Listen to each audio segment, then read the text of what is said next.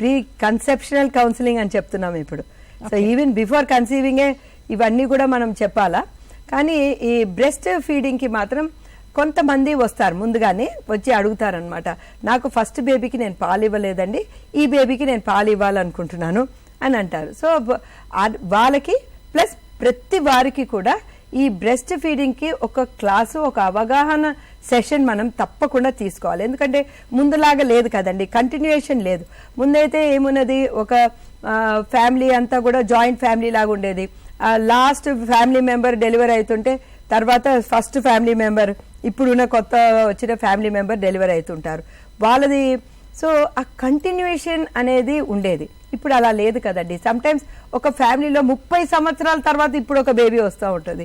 So అలాంటి సిచ్యువేషన్స్కి వాళ్ళకి అవగాహన చాలా అవసరం.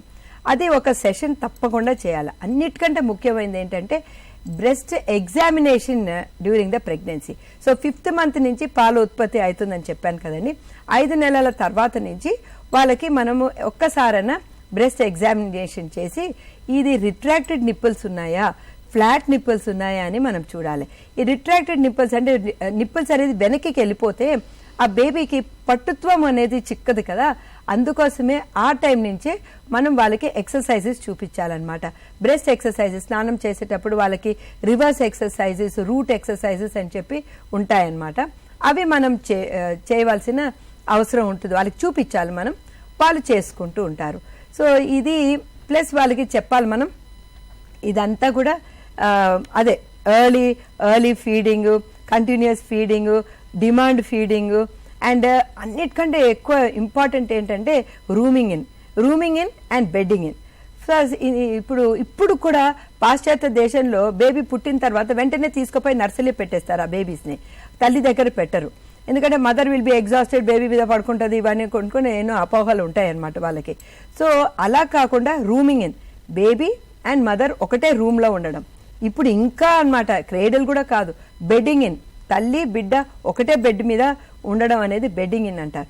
దానికి ఇంకా దగ్గరికి ఏంటంటే తల్లి పాలు ఇచ్చేదానికి ముందు స్కిన్ టు స్కిన్ కాంటాక్ట్. ఈ స్కిన్ టు స్కిన్ కాంటాక్ట్ ఎప్పుడు డెలివరీ అప్పుడే మనం స్టార్ట్ చేయాలన్నమాట. బేబీ డెలివరీ అవ్వగానే తల్లికి బిడ్డకి స్కిన్ టు స్కిన్ కాంటాక్ట్ మనం ఉంచాలి. అప్పుడు ఆ బేబీ క్రాలింగ్ చేసుకుంటూ దోగాడుకుంటూ ఆ తల్లి రొమ్ము ఎత్తుక్కుంటూ వెళ్ళే అవకాశం ఉంటుంది. సో ఇవన్నీ కూడా మనము ఆ తల్లికి చెప్పాలన్నమాట, ప్రెగ్నెన్సీలోనే చెప్పాలి. ఆ తర్వాత మనం అందరం కూడా అదే సిస్టమ్ మీద నమ్మి ఆ తల్లికి కూడా మనం చెప్తే, తనకి కూడా కొన్ని ఎగ్జాంపుల్స్ చూపించి మనం బాగా సపోర్ట్ చేస్తే she will definitely be able to feed. ఆ స్టార్టింగ్ అనేది మీరు అన్నట్టు యాంటీనేటల్ పీరియడ్లోనే స్టార్ట్ అవ్వాలి.